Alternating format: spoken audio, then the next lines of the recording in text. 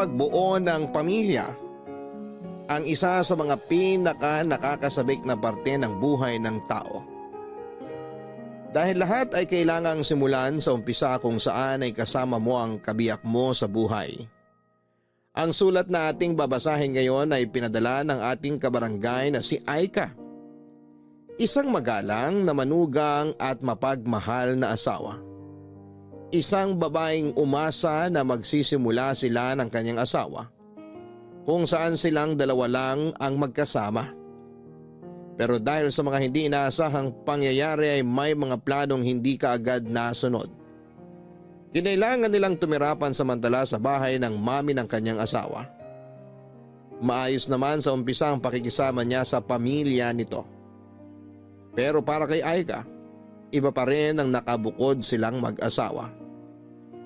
Dumating naman ang oras na nagawa nilang bumukod ng bahay pero nandun pa rin ang pakiramdam na parang nakatali pa rin sila sa pamilya nito.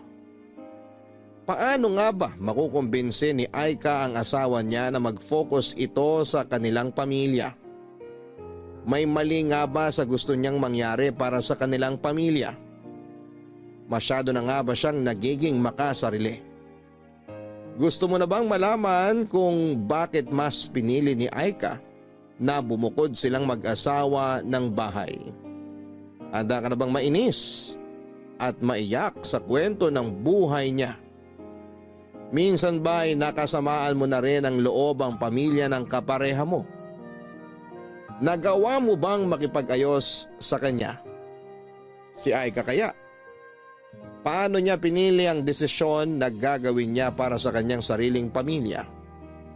Malalaman natin ang landas na pinili niya dito sa mga kwento ng pag-ibig, buhay at pag-asa sa nangungunang Barangay Love Stories.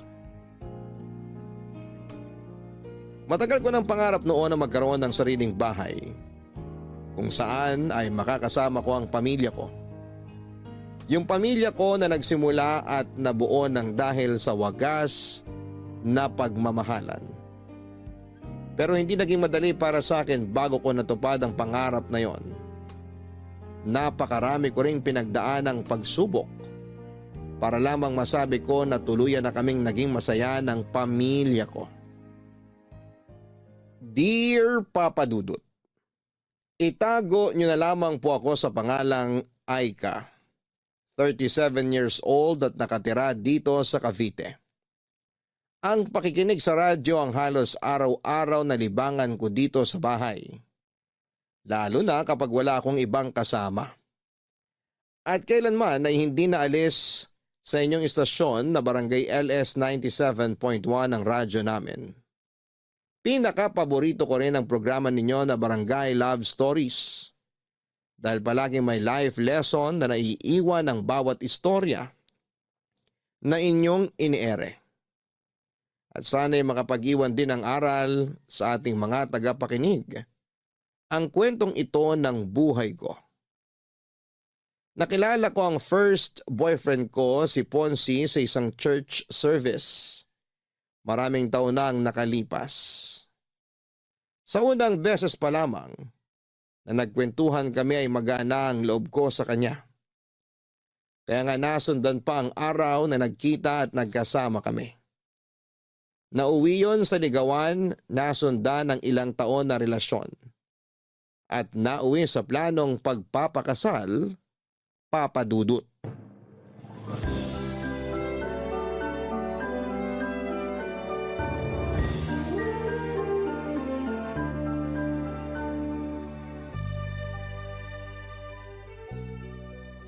Naayos mo na bang listahan para sa invitation card na ipapaprint natin, mahal? Oo, ayos na yun. Na-double check ko na rin kagabi yung listahan. Sige, isasabay ko na sa pag-send ng email mamaya dun sa supplier na nakuha natin.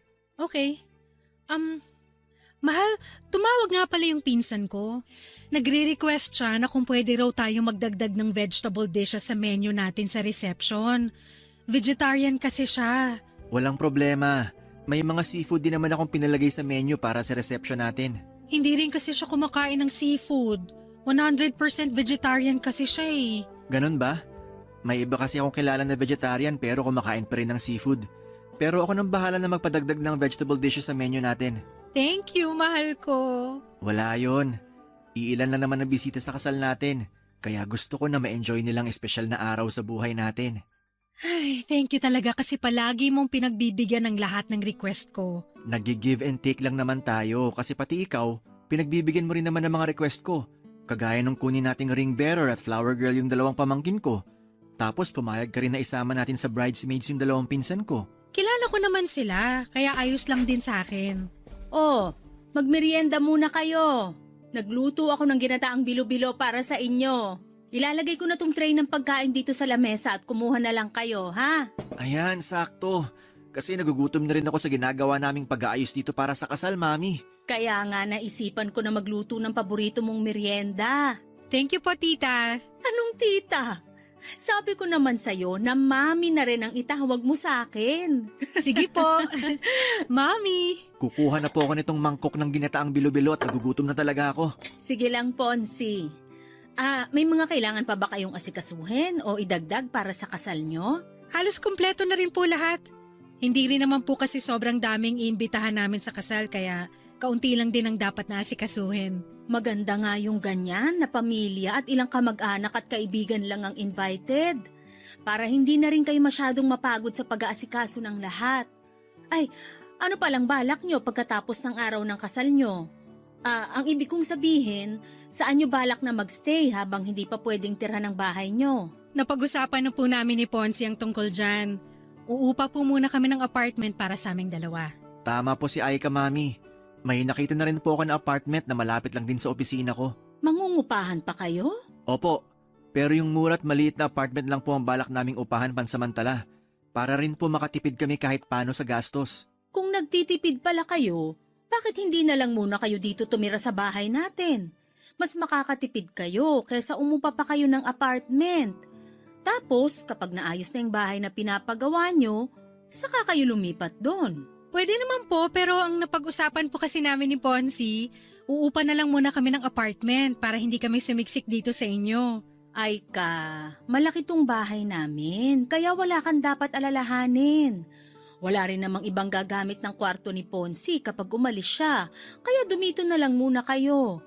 Kesa magbayad kayo ng pang-upa sa apartment, idagdag nyo na lang yung pambayad dun sa pinapaayos nyong bahay. Alam mo, mahal, tama si Mami. Dito na lang muna tayo sa bahay namin pagkatapos ng kasal natin. Magre-resign ka na rin naman sa trabaho mo, di ba? Oo. Sakto. Hindi ka mabobore dito sa bahay kasi makakasama mo si Mami at ang mga kapatid ko kapag nasa trabaho na ako. Ano, ayos lang ba sa'yo? Sige, ayos lang. Walang problema sa akin, mahal. Papadudot ilang buwan ding nanligaw noon sa akin si Ponzi. Siya pa nga nagsabi na gusto niyang makilala ang mga magulang ko na noon ay nakatira sa Bulacan. Taga Bulacan kasi talaga ako at sa Cavite lang ako na-assign na magtrabaho. Kaya doon na rin ako halos tumira. Nang dalhin ko siya noon sa Bulacan at pinakilala sa mga magulang ko bilang manliligaw ko, kagad siyang nagustuhan ng mga ito. Natuwa sila kasi pala kwento daw si Ponzi at napaka-komportable nilang kausap ito. Pagkalipas ng isang linggo pagkatapos ko siyang ipakilala sa mga magulang ko ay sinagot ko na rin si Ponzi, papadudot. Ang pakikipagrelasyon kay Ponzi ang desisyon na kahit kailan ay hindi ko pinagsisihan. Wala kasi siyang ibang pinaramdam sa akin kung hindi puro pagmamahal lang. Ang dami niya na rin naging plano noon para sa future namin. Sa first anniversary nga namin, nagulat ako sa naging regalo niya sa akin. Kumuha na pala siya ng bahay na hinuhulugan para sa aming dalawa. Halos maiyak ako noong gabi na yon kasi pakiramdam ko. Parang nananaginip lamang ako. At ilang buwan ang lumipas, nagplano na rin kami na magpakasal. Dahil hindi pa maayos ang bahay namin noon ay tumira muna kami sa bahay ng mami ni Ponzi kasama ang kapatid niya, Papa Dudut.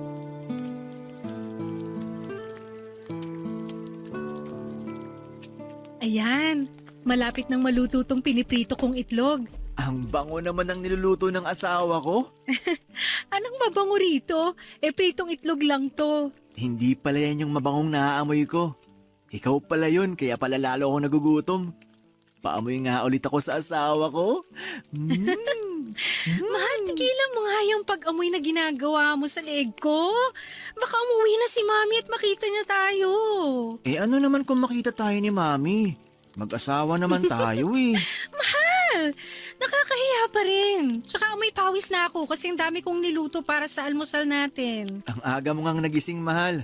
Hindi na kita na malayang umalis sa tabi ko. Naghihilig ka pa kasi kanina nung magising ako. Tapos ayan, nakapagluto na ako ng tosino, sinangag at itong mga sunny side up egg. Teka, ilalagay ko lang tong luto ng itlog sa plato. Napakasipag naman talaga ng mahal ko. Pero nahirapan ka bang makatulog dahil sa paghilig ko? Hindi ka naman malakas humilik, mahal. Huwag ka mag-alala. Akala ko napupuyat kita dahil sa lakas ng hilig ko eh. May oras na nagigising ako sa madaling araw pero nakakatulog din naman ako kagad. Kapag gano'n na nagigising ka ng dahil sa hilig ko, tapikin mo lang ako kahit sa braso. Kahit ilang tapik pa hanggang sa maalimpungatan ako tumigil sa paghilik. Basta wag mo lang akong sasampalin ng malakas ha. Grabe ka naman! Hindi ko naman kailangan gawin na sampalin ka pa para lang huminto ka sa paghilik mo. Baka lang kasi naiinis ka kasi nga napuputol yung sarap ng pagtulog mo. Nasanay naman na ako kaya hindi mo kailangan na mag-alala ng ganyan. Masasanay ka talaga kasi araw-araw na tayo magtatabi sa kama. Teka, magbabanyo lang pala muna ako. Sige, patapos naman na ako rito. Ipagtitimpla na rin kita ng kape mo. Okay na siguro tong 5 pritong itlog para sa amin? Ilalagay ko na sa lamesa tong plato ng mga pinrito kong itlog. Ang bilis namang uminit sa labas ngayon, oh. Oh, Aika. Hi, Mami! Saan po kayo galing? Sa Zumba session sa may clubhouse. Kapag ganitong araw ng linggo, maaga talaga akong pumupunta doon para magpapawis. Kaya po pala nung gumising ako kanina, nakita ko po kayong lumabas ng bahay. Oo, maaga rin kasi talaga kaming nag-uumpisa para hindi gaanong abutan ng sikat ng araw. Kung gusto mo, pwede ka ring sumama sa akin doon. Magandang exercise ang Zumba para sa katawan natin. Naku, wala po akong hilig sa mga Zumba o exercise pero sige po. Sasama po ako minsan kapag sinipag ako. Sakto rin po ang uwi niyo kasi katatapos ko lang po magluto ng almusal natin. Naku, hindi pala kita nasabihan tungkol sa almusal ng mga anak ko. Bakit po? May mali po ba sa niluto ko? Ay, yung dalawang nakababatang kapatid kasi ni Ponzi, magkaiba sila ng gustong luto sa itlog. Yung isa, gusto niya na puro egg white lang. Yung bunso ko naman, gusto niya na yung egg yolk lang ang para sa kanya. Kaya kailangan na magkahiwalay ang prito ng egg white sa egg yolk. Since luto na to mga to, hindi po ba pwede na ihiwalay na lang natin yung egg yolk sa egg white? Naku, hindi nila kakainin kapag ganun ang ginawa natin. Pero sige, ako na lang ang magpiprito mamaya ng para sa kanila. Sigurado naman ako na hindi pagising yung mga yon. Kukuha lang ako ng pamalit kong damit para makaligo na rin muna ako.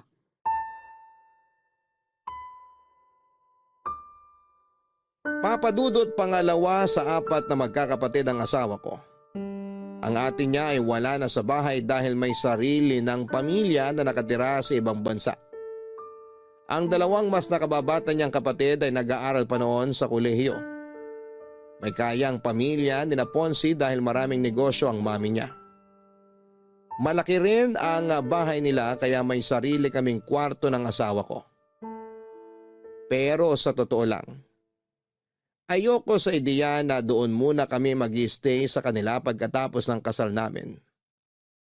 Ang gusto ko kasi talaga ay magkaroon kami ng solong bahay ni Ponzi.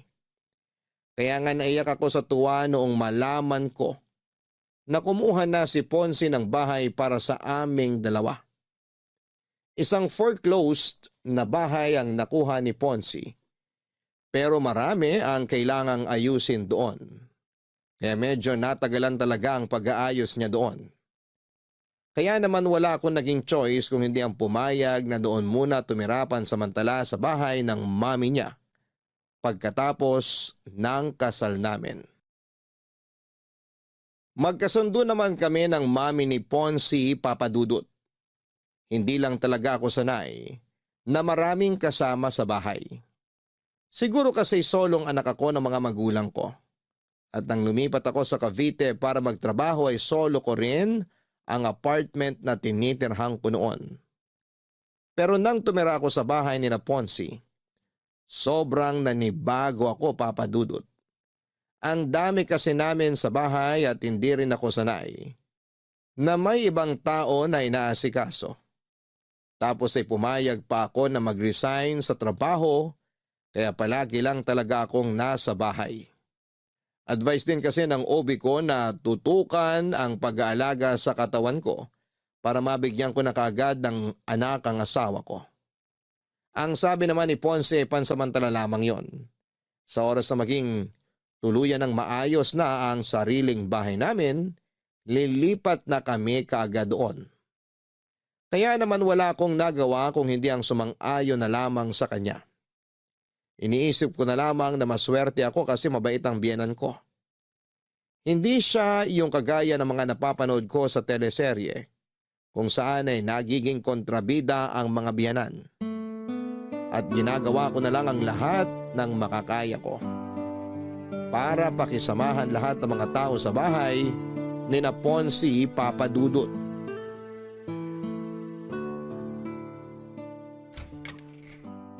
Ay, buti na lang wala masyadong traffic pa uwi.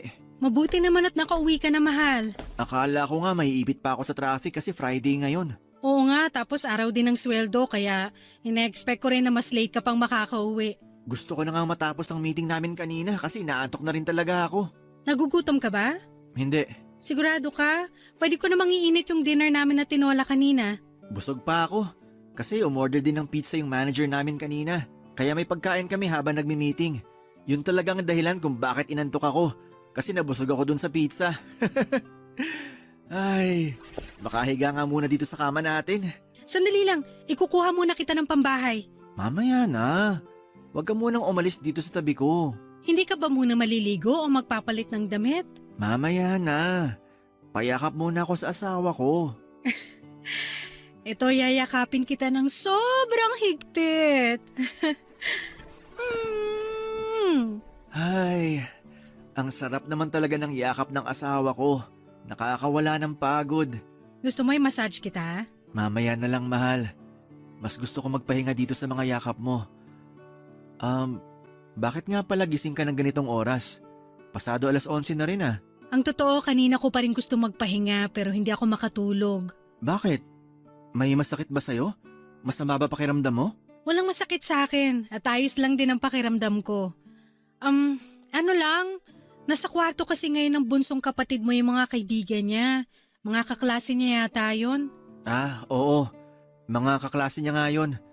Nabanggit ni Mami kahapon na may kailangan silang tapusin na research paper, kaya mag-overnight sila dyan. Masyado ba silang maingay kanina? Medyo maingay nga sila. Puro lalaki kasi sila doon sa kabilang kwarto tapos ang lalakas pa ng boses nila. Nag-video game pa nga yata sila kasi ang lakas ng sound ng TV nila doon.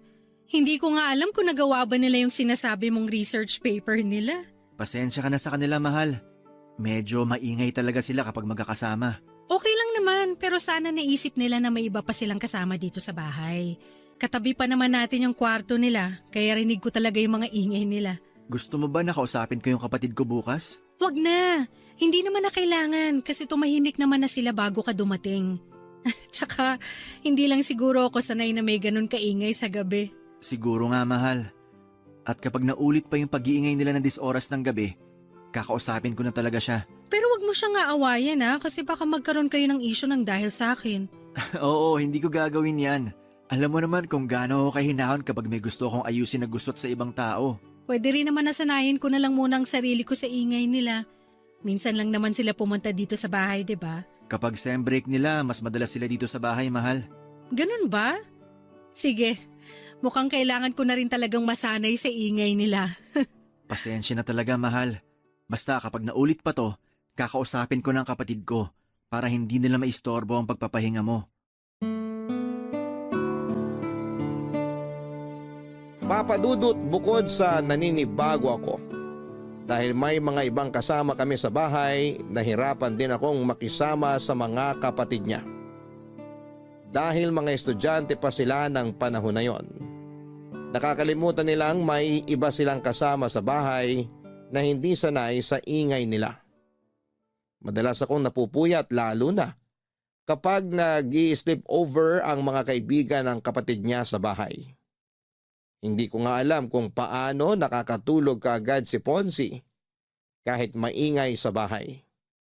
O baka dahil sanay na siya sa mga ganong ingay ng kapatid niya at mga kaibigan nito.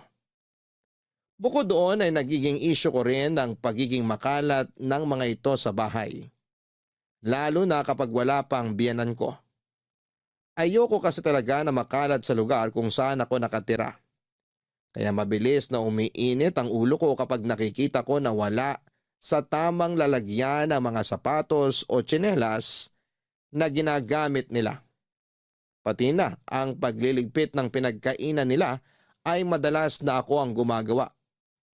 Kasi kung hindi ko gagawin yon ay tatambak lamang yon sa lababo hanggang sa hapunan. Pero tiniis ko na lamang ang lahat ng yon bilang pakikisama sa kanila. Hanggang sa dumating ang panahon na sa wakas ay nagdalang tao na rin ako, Papa Dudut. Ang sarap talaga nitong ginataang tulingan na luto nyo, Mami. Tama po si Ponzi. Isa po to sa pinakapaborito ko na niluluto nyo. Mabuti pa kayo, gusto nyo yung ginataang tulingan ko. Yung dalawang kapatid kasi ni Ponzi, nag-order pa ng pagkain para doon kainin sa mga kwarto nila. Hindi kasi talaga nila gusto kapag yan ang niluluto ko. Kaya po pala hindi sila sumabay sa atin na maghapunan. Nung nakita nila kaninang naglilinis ako nitong isdang tulingan, sinabi kaagad nila na o-order na lang sila ng pagkain nila. Ang sabi ko nga, ipagpiprito ko na lang sila ng manok pero ayaw din nila. Baka po may iba rin silang trip na kainin sa hapunan, Mami. Mukhang ganun na nga. Nakita ko na burger at fries ang in-order nilang pagkain. Mabubusog po ba sila sa mga in-order nila na pagkain? Ganun talaga ang dalawang yun, mahal. Kapag hindi nila trip ang ulam, matik na burger at fries ang i-order nilang pagkain. Sa kanilang magkakapatid, yung dalawang yun talagang pinakapihikan pagdating sa pagkain. Ayaw nila ng may gata o magulay na pagkain. Madalas ang gusto nila mga inihaw o piniritong karne ng manok at baboy. Di ba ganun din si Daddy? Nakwento niyo po dati? Oo, doon talaga sila sa daddy mo nagmana na hindi rin palakain talaga ng gulay. Buti na lang po mahilig sa gulay si Ponzi. Mabuti na lang at sa akin siya nagmana pagdating sa bagay na yon kahit na hindi ko siya kamuka. Ay, kamusta nga pala yung check-up mo kanina? Maayos naman po, Mami. Wala naman po nakitang problema ang ubigay ni ko sa pagbubuntis ko. Mabuti naman. Ilang buwan na nga uli yan? 5 months na po. 5 months pa lang pala yan. Pero parang masyado ka na yatang malaki, Aika. Po? Ano pong ibig niyong sabihin, Mami? Parang ang bilis mong tumaba. Mukha naman pong sakto lang ang laki ng katawan ni Aika, Mami. Normal din naman daw po ang weight niya, sabi ng doktora niya kanina. Nako, minsan hindi yun basta nakikita sa timbang. Magugulat na lang kayo sa next follow-up check-up niya. Kailangan ng bantayan ng mga pagkain ni Aika. Nung magbuntis kasi ako, hindi talaga ako lumobo ng sobra. Halos tiyan ko na nga lang ang lumaki sa akin nun. Nakita ko nga po yung ibang picture niyo nang pinagbubuntis niyo yung bunsong kapatid ni Ponzi. Grabe, ang payat niyo pong magbuntis talaga. Hindi kayo sobrang tumaba o kahit na manasman lang? Sexy talaga magbuntis si Mami. Lahat ng mga pregnant photos niya, parang hindi siya buntis kapag tinakpan ang tiyan niya. Mahilig din kasi kung mag-exercise kahit buntis ako. Kaya nga ikaw, Aika, sumama ka na sa akin minsan sa clubhouse kapag Sabado at Linggo ng umaga. May mga light Zumba session naman sila para sa mga buntis na kagaya mo. Pwede nga yun, mahal, no? Sabi naman ni doktora kanina, pwede ka ng mga light exercise. Makakatulong din daw yun para hindi ka mahirapang manganak. Ayun naman pala! May advice na rin sa'yo ang doktora mo kaya sumama ka na sa akin sa Sabado. Ipapakilala kita dun sa mga kumari at kaibigan ko. Sigurado ko na mag-i-enjoy ka rin kapag nasubukan mo ng isang beses. Wala po kasi talaga akong hilig sa ganyan. Subukan mo lang, mahal. Feeling ko mag-i-enjoy ka rin kapag nakasanayan mo na. Tingnan mo si Mami, Mas mukhang bata kaysa sa edad niya. Nakakabata naman kasi talagang kahit na anong klase ng exercise. Kaya samahan mo na ako kahit minsan lang na magsumba, ay ka. Sige po, Mami. Sasamahan ko po kayo sa Sabado. Papadudot nung una talaga ay sinubukan ko rin na isuggest kay Ponce na kumuha muna kami ng pansamantalang apartment. Kasi ayoko talaga sa ideya na doon kami tumira sa kanila. Pero nang sabihin niya na malaki ang matitipid namin, kung doon muna kami sa biyenan ko ay wala na akong naisip na pwedeng idahilan para hindi sumang-ayon sa kanya. Tama naman kasi ang sinasabi niya na malaki ang matitipid namin. Malapit kasi ang bahay nila sa opisina kung saan siya nagtatrabaho. Kaya wala talaga akong choice kung hindi ang pakisamahan ng lahat ng kasama namin sa bahay. Kaya lang, mula nang magbuntis ako ay parang lalong kinailangan kong magdagdag ng mahabang pasensya sa bahay na yon. Naging madalas kasi ang pakikialam ng biyenang ko sa pagbubuntis ko. Pati na ang paglaki ng katawan ko ay pinupuna niya. Kahit pa ilang beses na naming sinabi na normal naman ang timbang ko. Samantalang ang mga magulang ko ay bihirang magbigay ng kahit na anong paalala na alam nilang pwedeng makaapekto sa damdamin ko. Bilang isang buntis, nagiging emosyonal talaga ang isang babae. Mabilis kaming mainis, masaktan o maiyak. Kaya naman ilang beses kong pinigilan na magpakita ng kahit na anong inis sa tuwing kaharap ko ang biyenang ko na may sinasabing hindi masyadong maganda, Papadudot. Papadudot ang mami halos ni Ponce ang kasama ko sa ilang buwan ng pagbubuntis ko. Malayo kasi ang mga magulang ko kaya minsan lang silang makadalaw sa Cavite. Pero madalas naman silang tumatawag para kumustahin ako. Laking pasasalamat ko na lamang din at nagsilang ako ng napakalusog na baby. Nang makauwi kami sa bahay ni na Ponce, naging maasikaso naman kahit papaano sa akin ang mami niya. Ayun nga lang, napipilitan akong sumama kay mami ng ilang beses sa pagsusumba niya sa clubhouse. Kahit na hindi ko to nai-enjoy talaga. Kasama rin namin si baby na noon ay pinapasyal at pinapaarawan naming saglit. Hindi man ako kasing payat ni mami, hindi naman ako sobrang taba pagkatapos kong manganak noon. Pero palagi niyang pinapaalala na kailangan ko pa rin ng mga light exercise. Tapos may mga oras pa na naiistorbo ng ingay ng mga kapatid niya ang pagpapahinga ko dahil sa ingay kasama ng mga kaibigan nito. Mabuti na lang, mas malalim ang tulog ng baby ko kaya hindi ito kaagad nagigising. Ang lahat ng pagod na nararamdaman ko noon, kaagad na nawawala kapag hawak ko na ang baby ko.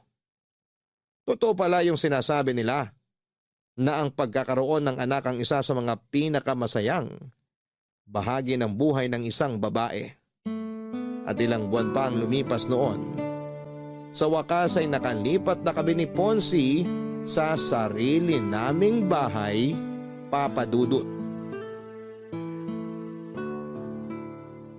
Sa wakas, naiayos ko na rin tong sofa dito sa sala.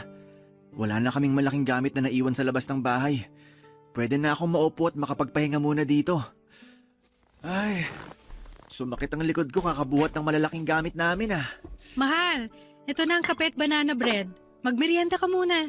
Ilalagay ko na sa lamesa tong merienda natin ha, kumuha ka na lang. Sakto mahal, nagugutom na rin talaga ako. Ang ganda ng pagkakaayos mo ng mga gamit dito sa sala, mahal. Mabuti at nagustuhan mo ang pagkakaayos ko dito. Oo, sakto ang pwesto nitong sofa at yung lamesa dito sa sala. Pati na yung TV stand dyan sa harapan natin. Relaxing ang pwesto ng panonood natin habang nakaupo tayo dito sa sofa. Ang bibigat nga din ng mga gamit na pinaasa ko kanina, lalo na tong sofa. Sabi ko naman sa'yo, wag muna tayong bumili ng malalaking gamit kanina sa mall. Ayos lang, kasi importante na malagyan na ng mga gamit ng bagong bahay natin. Kaya pinagsabay-sabay ko nang bilhin kanina tong mga furniture at ibang appliances. Mahal, Ang sarap nitong banana bread ah. Saan mo binili to? Diyan lang sa labas. Buti nga may malapit na bakery dito sa bahay natin. Hindi ako mahihirapang bumili ng pang-almusal o merienda natin. Mukhang masarap din yung iba nilang tinda na tinapay dun. Tapos may malapit din na sari-sari store na halos katapat lang ng bakery na nakita ko. Sakto. Hindi mo na kailangan pumunta sa malayo para makabili ng mga pagkain at iba pang kailangan dito sa bahay. Oo, kina mami kasi ang layo ng mga tindahan mula sa bahay nila.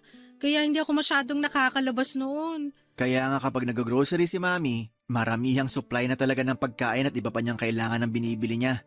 Ayaw niya rin kasing lumabas-labas ng bahay kasi malayo talagang tindahan dun sa bahay eh. Sa bagay, nakakatamad talaga na maglakad ng malayo kung toyo o suka lang naman ang bibilhin mo. Mahal. Pasensya na pala kung hindi na ako nakatulong sa pag-ayos dito sa sala. Ang tagal kasi bago nakatulog ni baby sa kwarto. Ayaw niyang tumigil sa pag-iyak mula nang makauwi tayo galing sa mall. Narinig ko nga. Mukhang naninibago pa rin siya hanggang ngayon dito sa nilipatan natin. Pangatlong araw pa lang din kasi natin ngayon, kaya sigurado kung nakakaramdam pa rin siya ng pagbabago sa paligid niya. Pero grabe, ang sarap sa pakiramdam na nakatira na tayo sa sarili nating bahay. Simula pa lang to, mahal. Simula pa lang to ng pagtupad natin sa mga pangarap natin. Oo, sa wakas. Mas nararamdaman ko nang naaabot natin ang mga plano at pangarap natin. Pasensya na, mahal, kung medyo na-delay ng konti ha. Hindi mo kailangang humingi ng pasensya. Dahil alam ko naman na ginagawa mo ang lahat para sa pamilya na to. Basta babawi ako sa inyo ng anak natin, mahal. Ito na ang totoong simula ng pagtupad ko sa mga pangako ko sa iyo bilang asawa mo.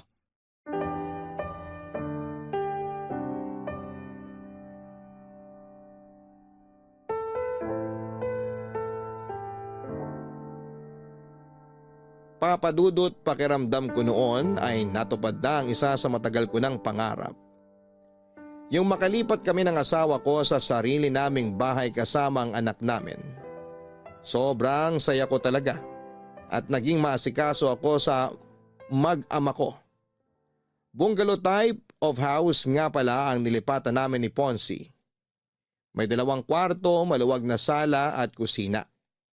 Meron ding gate sa labas, garahe at garden kung saan talaga namang nagsimula akong mag-alaga ng maraming halaman. Maaga rin akong gumigising noon para mag-asikaso kay baby at sa almusal ng asawa ko. Bukod sa pag-aalaga sa anak namin at pag-aasikaso sa bahay, ay naging libangan ko rin talaga ang pag-aalaga ng mga halaman habang nakikinig sa iyo, Papa Dudut, sa radyo. Wala na akong mahihiling pa ng panahon na yon. At akala ko, magtutuloy-tuloy na ang kasiyahan namin na yon. Pero hindi pala.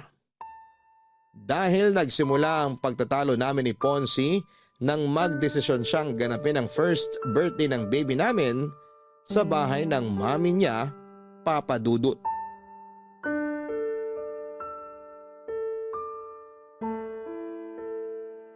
Ang dami namang hugasin dito sa lababo. Makapaghugas nga muna. Mahal? Anong ginagawa mo dito sa kusina? Hindi mo ba nakikita? Maghuhugas ako oh. Oo nga, nakikita ko.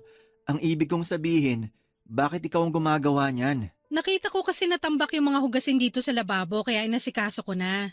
Tsaka hindi naman ako hahanapin sa sala kasi nandun si baby kasama ang mami mo at ang mama ko. Ay, ang dami naman mga baso rito. Dapat pala disposable na lang ang ginamit natin. Tulungan na nga kita sa pagliligpit mo, mahal. Wag na, kaya ko na to. Sige, ako na lang magpupunas ng mga mababanlawan mo ng baso at plato mamaya. Paubos na rin pala tong dishwashing liquid. Ay! Teka, alam ko meron pang isang bote si mami na nakatabi dito eh. Hanapin ko lang saglit dito sa kahon sa may lamesa. Nakita ko na. Eto, mahal oh. Lagay mo na lang muna dyan sa tabi. Gagamitin ko yan pag wala nang laman tong bote sa lababo. Sige. Mahal? Galit ka ba? May dahilan ba para magalit ako? Hindi ko alam. Parang wala naman. Wala naman pala. So bakit mo natanong kung galit ako? Mahal, ano ba talagang problema? Sabihin mo na sa akin. Wala akong problema. Eh, ano ang kinakagalit mo? Okay, sige. Hindi ako galit, mahal. Medyo naiinis lang ako. Naiinis ka saan? Hindi mo ba talaga alam kung saan ako naiinis? Dahil ba to sa birthday party ni baby na dito natin ginawa sa bahay ni Mami? Hindi na ako magsisinungaling. Oo, ang sagot ko sa tanong mo na yan. Akala ko ba okay lang sa'yo? Anong hindi magiging okay sa akin? Nakapagdesisyon ka na. Pasensya na, mahal. Akala ko kasi ayos lang talaga sa'yo. Mahal, alam mo kung gaano ako ka-excited na makalipat na tayo sa wakas sa sarili nating bahay. At akala ko ganun ka rin, na masaya ka rin kasi may sarili na tayong bahay. Masaya naman ako. Sino bang may sabing hindi? Kung talagang masaya ka, bakit kailangan mo pang pumayag na dito mag-celebrate ang first birthday si baby? Mahal, first birthday to ng anak natin. Alam mo ba kung gaano kahalaga yun? Sina mama at papa nga kanina pa nagtatanong kung bakit hindi raw tayo nag-celebrate sa bahay natin. Akala nila, kaya tayo lumipat tong nakaraang buwan para saktong doon tayo mag-celebrate sa bahay natin. Pero hindi. Hindi natin ginamit yung pagkakataon na gawing mas espesyal sana ang birthday ni baby. Mahal, huwag ka nang umiyak. Naiinis lang ako kasi sobrang excited ko na gumawa na tayo ng maraming memory sa sariling bahay natin. Tapos para magkaiba naman pala tayo ng mga plano sa buhay. Parang hindi ka naman talaga masayang tuparin lahat ng pangako mo sa akin. Mahal, hindi totoo yan. Sorry na. Matagal na rin kasing naplano ni Mami tong birthday party ni baby. Pero ito, promise ko sa'yo, sa mga susunod na birthday party niya, doon na natin palagi gagawin sa bahay natin. Hindi na tayo magsa-celebrate sa ibang lugar.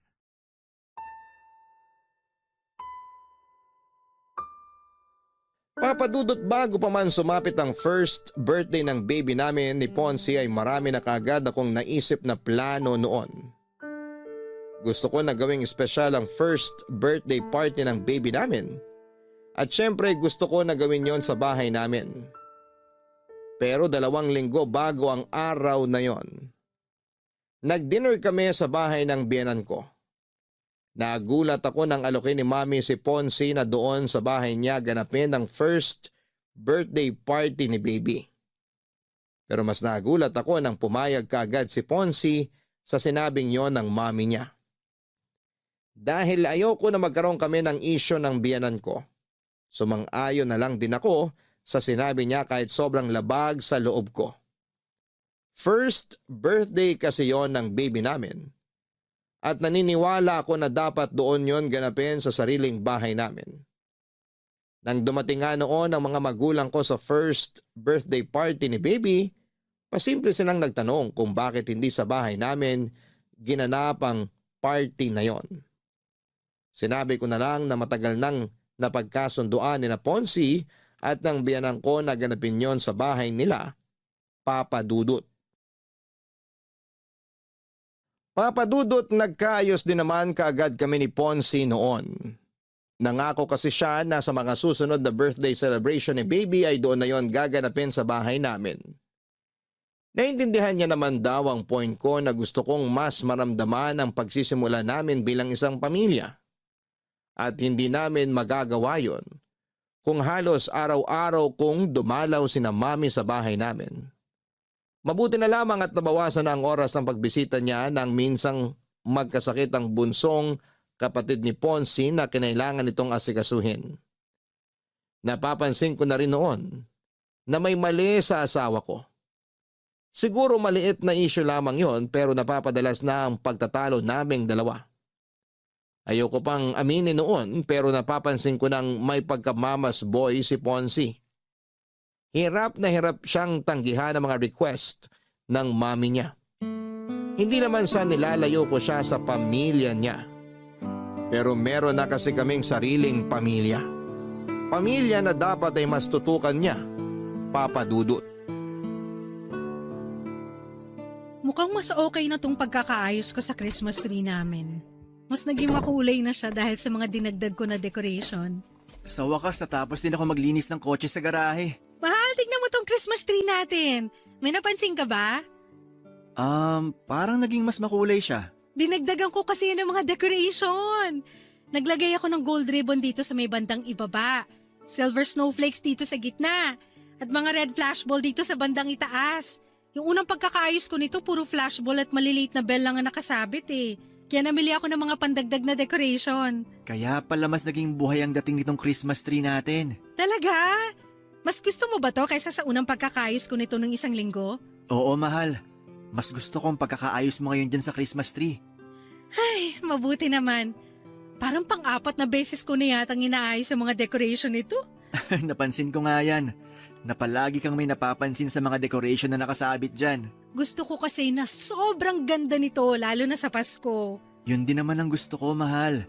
Kaya nga sobrang thank you sa effort na ginagawa mo para mas mapaganda pa ang Christmas tree natin. Wala yun. Siyempre excited lang talaga ako na mag-celebrate ng first Christmas kasama si baby. Nabalot ko na nga rin pala yung mga regalo natin para sa ibang inaanak natin. Nandyan na rin sa ilalim ng Christmas tree. Parang ang daming regalo nito ah.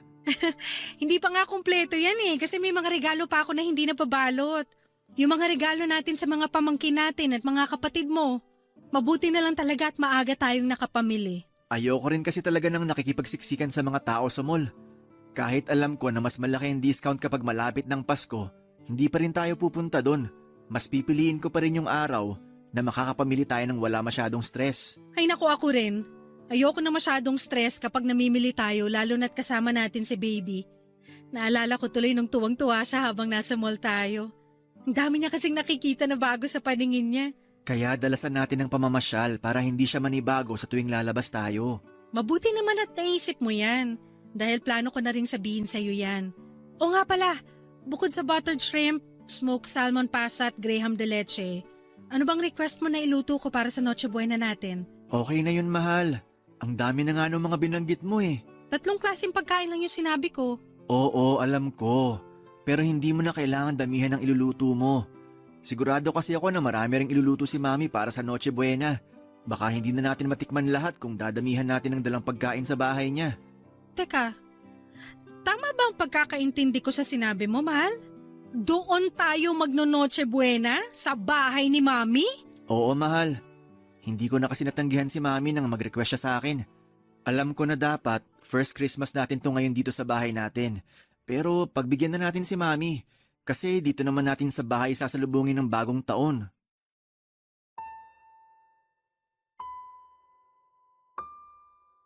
Papadudot na gulat ako nang sabihin ni Ponce na doon kami magpasko sa bahay ng mami niya.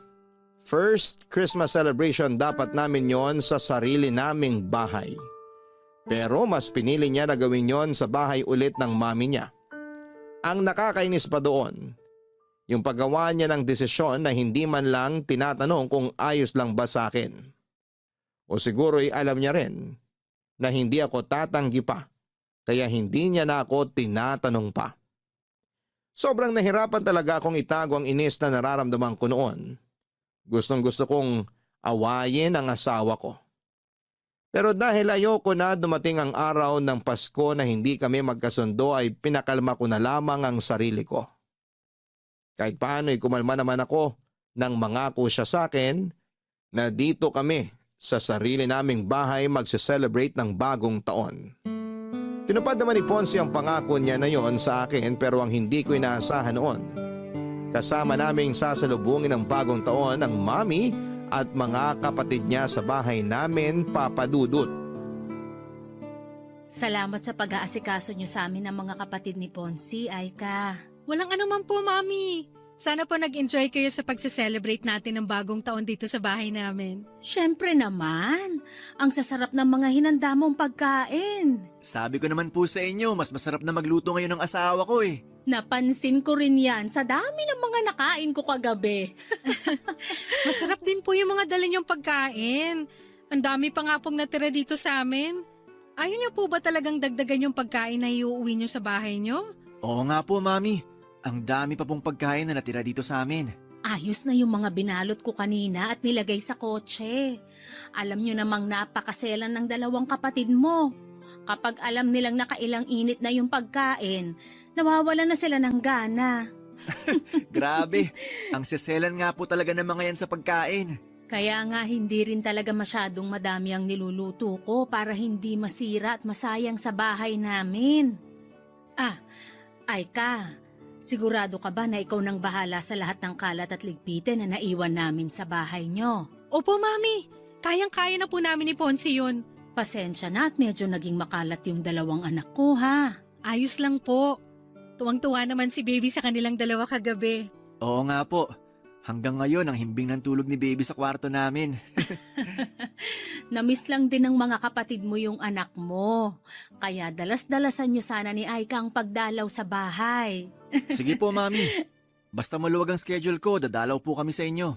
Mabuti naman kung ganon. O sige, pupunta na ako sa sasakyan namin at baka naiinip ng mga kapatid mo doon. Salamat uli Aika ha. Happy New Year sa inyo.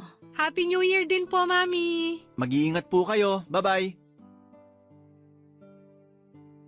Ako na magsasara nitong gate. Sige, mauna na akong pumasok sa loob ng bahay. Unahin ko munang linisin itong mga nagkalat na unan at kumot dito sa sala. Mahal, ako na lang magliligpit ng mga pinagkainan natin sa lababo. Ikaw ang bahala. O gusto mo, unahin ko munang ayusin ang mga kalat sa garden. Ang sabi ko, ikaw na ang bahala, di ba? Hindi mo naman kailangan magtaas ng boses, mahal. Tanong ka pa kasi ng tanong. Pwede naman gawin na lang kung anong gusto mong unahin. Kasi yun naman lagi ang ginagawa mo, di ba? Wala ka naman talagang pakialam sa opinion ko o kahit ano pang sabihin ko. Mahal, alam mong hindi totoo yan. Mag-asawa tayo, kaya... Kaya bigla ka na lang gumagawa ng desisyon. At hindi mo man lang tinatanong kung okay lang ba talaga sa akin. Tungkol ba to sa pagse-celebrate natin ng bagong taon kasama sina Mami? Oo. Ay ka, tinanong naman kita tungkol doon at ang sabi mo, ayos lang nakasama natin sila na salubungin ng bagong taon. Ponce, tinanong mo yan sa akin nung nandyan na sa labas si na Mami. Alam nga namang humindi ako at palisin ko sila, di ba? Alam mo, akala ko talaga naiintindihan mo na ako pero hindi pala. Sorry. Akala ko talaga walang issue sa'yo na kasama natin ang pamilya ko. Wala naman talagang issue sa akin na makasama natin sila. Ang issue dito, hindi mo pinapaalam sa akin na maayos yung mga desisyon na ginagawa mo. Akala ko ba dalawa tayo sa relasyon na to? Pamilya tayo, di ba? Bakit hindi ko maramdaman yon? At bakit ayaw mo hayaan na makapagsimula tayo ng tayo lang ng anak natin? Ponce, hindi naman sa pinagdadamot kita sa pamilya mo. Pero sana naman, hayaan mo na makapagsimula tayo ng tayong tatlo lang ng anak natin. Yung tayong tatlo lang dito sa sarili nating bahay. At hindi natin magawa yon kung palagi tayo nakadikit sa mami mo. Yun lang naman ang hinihiling ko. At sana maintindihan mo kung bakit hinihiling ko to sa'yo. Papadudot bago dumating ang mami at mga kapatid ni Ponce ay nakapagluto na ako ng handa para sa amin. Simple lang ang mga niluto ko kasi tatlo lang naman kami noon sa bahay. Yun pala ay mali ang inaasahan ko na mangyayari sa pagsalubong namin ng bagong taon. Nagulat na lamang ako ng bandang 8:00 ng gabi noon ay dumating ang biyenan at mga bayaw ko. Ang dami nilang dalang pagkain at doon pa lang, alam ko na kaagad ang plano nilang gawin. Nang makita ni Ponce ang pagtataka sa mukha ko, ngumiti lang siya at sinabi niya sa akin na tumawag raw sina Mami para sabihin na on the way na ang mga ito papunta sa bahay namin. Kumbaga hindi na rin siya nakatanggi sa mga ito.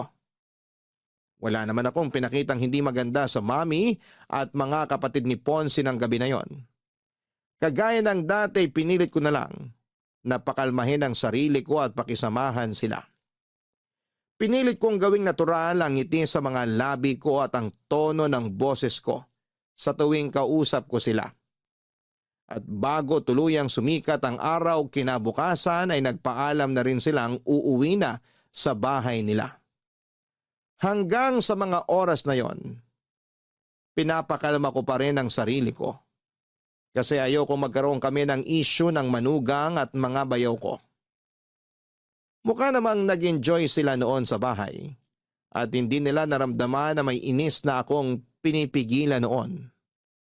Hindi naman sa nagiging unfair ako kasi parang nilalayo ko na si Ponce sa pamilya niya. Pero gusto ko lang talaga papadudot na maintindihan ni Ponce kung paano kami dapat na magsimula. na hindi kami pwedeng laging nakadikit sa pamilya niya, na dapat sinasali niya ako sa paggawa ng mga desisyon na makakaapekto sa akin at sa anak namin. Masasabi ko na yon ang pinakamalalang naging pagtatalo namin noon. Kasi pakiramdam ko, hindi niya pa rin ako sinasama sa bawat desisyon na ginagawa niya. Pagkatapos ng araw na yon ay sinuyo ako ni Ponce at humingi siya ng sorry sa akin, Papa Dudut.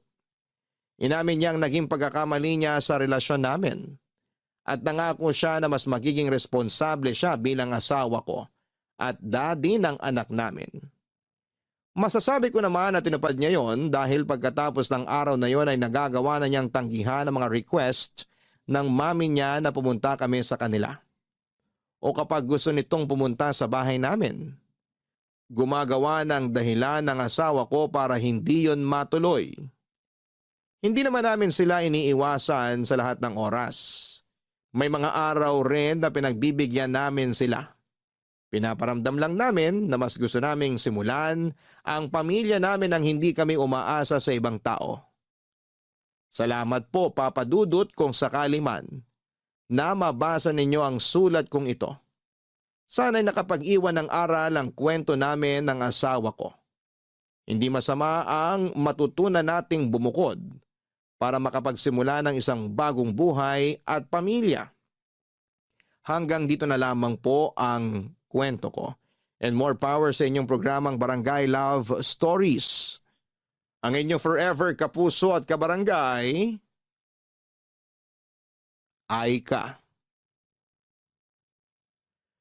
Maraming salamat, Aika, sa tiwala at oras na ibinigay mo para makapagbahagi ng iyong kwento dito sa aming programang Barangay Love Stories. Totoong hindi naging madali ang mga pinagdaanan mo, lalo na sa pagsisimula ng iyong pamilya. Pero humahanga ako sa naging katatagan na ipinakita mo para maabot ang iyong mga pangarap. Tandaan mo na hanggat alam mong wala kang sinasaktan o tinatapakan na ibang tao kailanman, ay hindi mali ang desisyon na pinipili mo, lalo na kung ito ay para sa kasiyahan ng iyong pamilya. Hanggang sa muli, ako po ang inyong si Papa Dudut sa mga kwento ng pag-ibig, buhay at pag-asa sa Barangay Love Stories number 1. Dear Papa Dudut, matagal kong pinag-isipan kung gagawin ko ba ang sulat na ito para ipadala sa inyo. Masakit at masalimuot kasi ang pinagdaanan ko sa mga nagdaang taon na kung maaari ay hindi ko na ito gustong balikan pa. Pero naisip ko na kung hahayaan ko lang na nakatago ang kwento ng buhay ko ay baka mawalan ito ng kwenta. Gusto ko kasi na habang nabubuhay pa ako ay magsilbi akong inspirasyon at aral sa mga taong nakikinig sa inyong programa. Tawagin niyo na lamang po ako sa pangalang Shine. 40 years old na ako sa ngayon.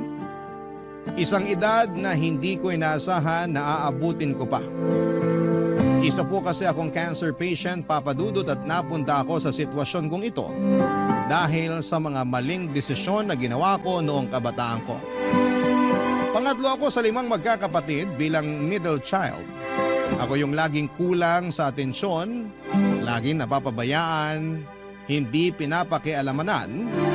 Kaya naman noong nagdalaga ako ay napunta ako sa maling direksyon, napabarkada at naging takbuhan ko sa mga panahong kailangan ko ng pagmamahal at suporta ang mga barkada. Pero sa barkadang sinamahan ko, sa kanila ako natutong magbisyo. 17 years old lamang ako noon nang natuto akong magsindi ng sigarilyo. Hindi ko naman dapat yon susubukan kung hindi lang dahil sa peer pressure. Parang one of the boys kasi ako noon at karamihan sa mga kaibigan ko ay lalaki. Mahilig silang manigarilyo noon hanggang sa sinubukan ko na ito ng isang beses. Huli na noong napagtanto kong meron na rin akong adeksyon sa sigarilyo at dinala ko ang bisyong yon hanggang sa pagtanda ko, Papa Dudut.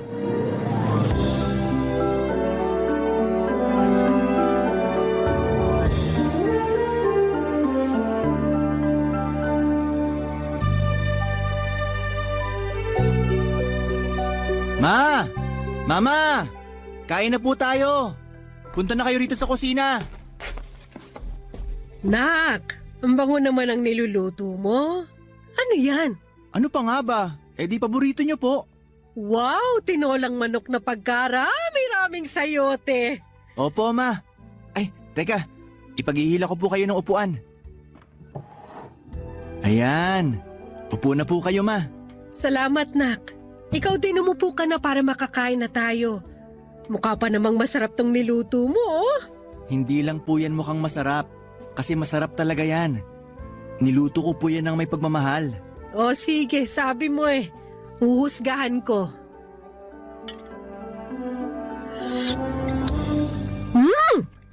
Totoo nga! Masarap! Kitams? Alam ko po na paborito niya yung tinola. Kaya inaral ko talaga paano magluto ng masarap at may pagmamahal. Salamat, Nak, ha?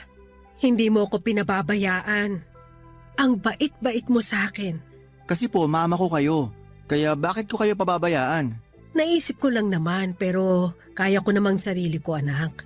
Kaya hindi mo na ako dapat masyadong alalahanin. Ma, saan na naman po papuntang usapang ito? Ang ibig kong sabihin, mag-girlfriend ka na, Nak. Kasi kung inaalala mo na wala magbabantay sa akin pag nagkaroon ka na ng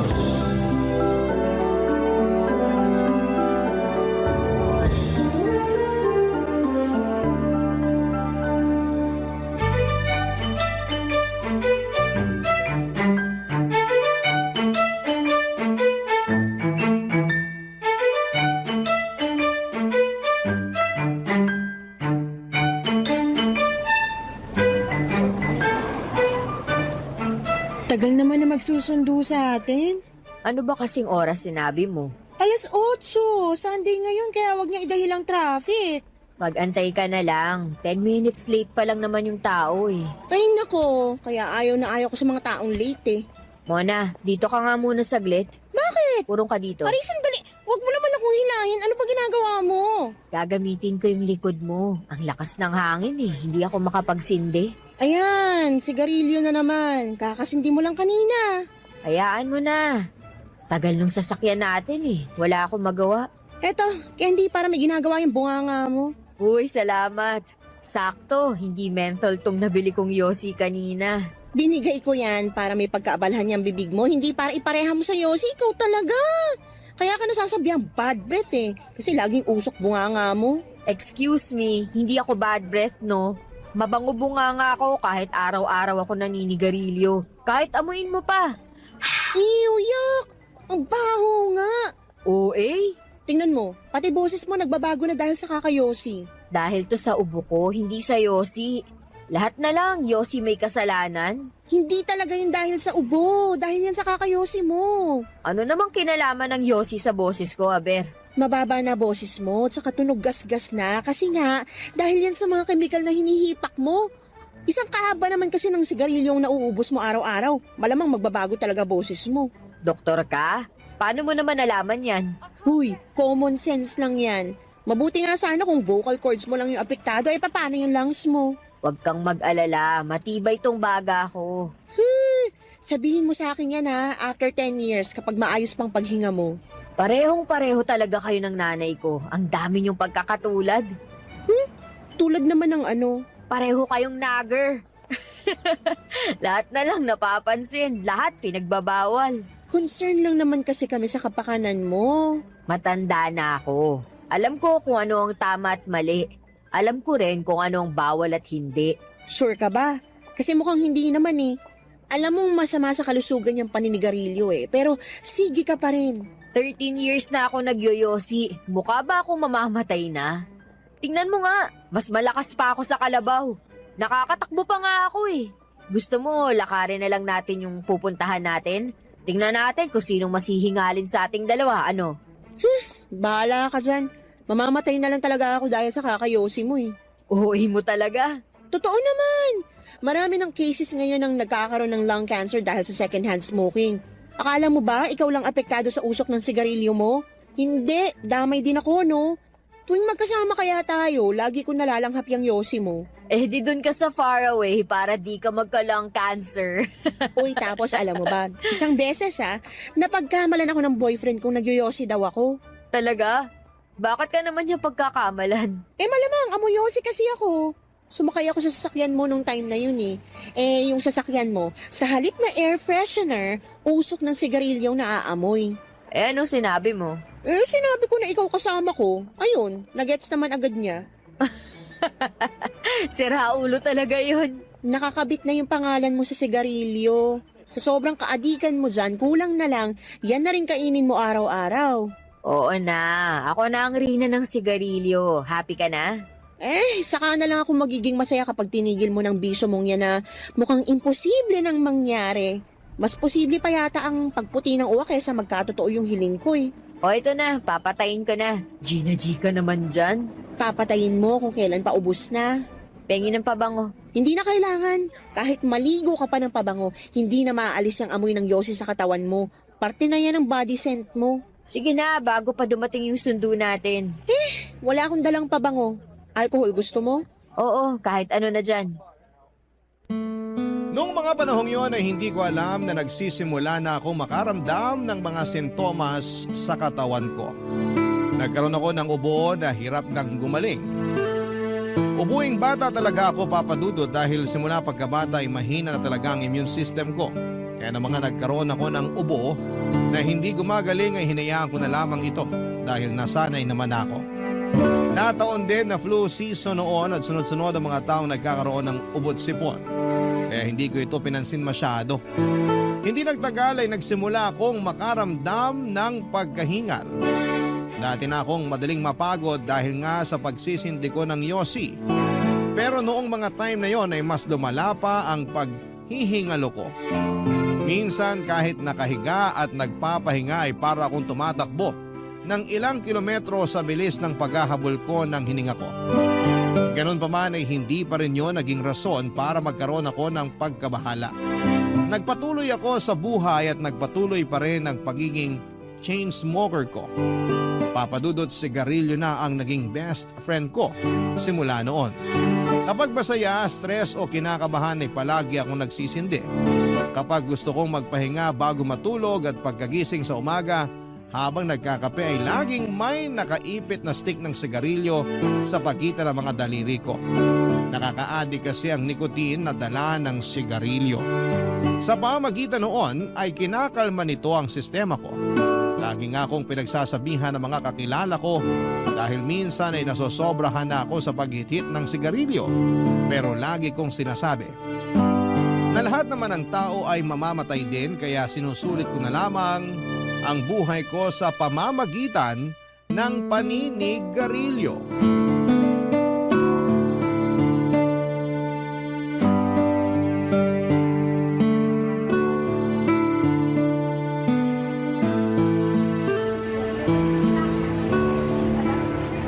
Tapos mo na ba yan? Kung ayaw mo na, ako na uubos sa ulam mo. Tapos na. Kainin mo na, sayang. Okay, salamat. Hanggang ngayon, inuubo ka pa rin? Taglamig eh. Alam mo namang sakitin ako kapag ganitong malamig ang panahon. Matagal na yan Hindi ka pa ba nagpapacheck up? Ano namang ipapacheck up ko? Yang ubo mo malamang. Sus, ubo lang to. Gagastos ako para sa ubo lang. Bahala ka. Mamaya mauwi yan sa pneumonia. Kahit kailan talaga, napaka-overthinker mo. Masyado kang advance mag-isip. Baka mabukulan lang ako. Iisipin mo na agad, cancer. Mas maganda na yung mag-overthink kesa maging pabayaan, no? At least kapag praning ka, malalaman agad kung may sakit ka o wala. Kung wala, di very good. Paano kung meron? Wala akong sakit, ubo lang to. Sus, the whole year inuubo ka? Chill ka lang. Masyado ka namang concerned sa akin eh. Pabot nga ng tubig. Kasi bilang kaibigan, may paki ako sa kalusugan mo. Oh, ayan yung tubig. Salamat. Katulad nga ng lagi kong sinasabi sa'yo, kaya ko na ang sarili ko. Okay lang yung maging concern ka, pero yung mga simpleng bagay, hindi mo na kailangang ipag-alala pa. Sarap talaga ng malamig na tubig. Minsan kung ano pa yung akala nating mga simpleng bagay, yun pang pinagmumulan ng malalaking problema. Yung kaibigan ng tita ko akala nga niya simpleng kagat lang yung nasa binti niya nun eh. Hinayaan niya hanggang sa nagka-impeksyon, lumala. Tapos diabetic pala kaya ayun, pinutol yung binti. Iba naman kasi yun. Pabaya yung tao eh. Yan ginagawa mo, hindi pagpapabaya? Hindi. Umiinom naman ako ng gamot eh. Hala, sige, Yossi. Kakatapos ng kumain, Yossi agad. Dessert ko to. Hindi mo ba alam na masarap magyosi kapag busog? Bawal magyosi rito. Matagal na akong kumakain sa karinderyang to. Pwedeng magyosi dito. Inuubo ka na nga, magyosi ka pa. Ilang taon na ba tayong magkaibigan? Hindi ka pa ba sanay sa akin? Hindi ka pa ba nagsasawa dyan? Wala namang mabuting dulot yung paninigarilyo mo eh. Maraming dulot to para sa akin. Palibasa, hindi mo gets kasi hindi ka naman nagsisindi. Hindi ko kailangan magsindi niyan. Mabubuhay ako kahit hindi ako nagyoyosi. Pwes ako, hindi. Amin na nga yan. Mona, bakit mo kinuha yung yosi ko? Amin na. Itigil mo na to. Masama to para sa baga mo. Ayan. Alam mo ba kung magkano yung yosing sinayang mo? 7 pesos din yun. Alam mo naman palang nagsasayang ka lang ng pera, ba't yosi ka pa ng yosi? Alam mo, yung pagiging pakailamero mo minsan sumusobra na. Ako pa yung masama ngayon, concern lang naman. Concern mo mukha mo. Alam mo namang yosi na lang yung isang bagay na pinagkakagastusan ko, pakikialaman mo pa ako? Yung pagiging gastador mo sa mga branded na damit at bag, pinakikialaman ko ba? Hindi naman, 'di ba? Oh, ba't ka galit? Nakakainis ka eh. Magkaibigan tayo, oo. Pero may boundary yun. Hindi porket best friend na kita, may karapatan ka nang gawin yung ginawa mo. Sorry ha, kung gusto ko lang namang mapahaba yung buhay mo. Sorry kung ayaw kong makita kang pinapatay mong sarili mo. Hindi naman nakakamatay ang isang stick eh. Hindi nga, pero kung pinagsama-sama mo lahat ng stick ng sigarilyong nahit-hit mo, daig mo pang nag-iipon ng tali para magpatiwakal. Gusto mo na bang mamatay ng maaga? Eh di mamatay na ako mamatay. Bakalis na nga. Teka, saan ka pupunta?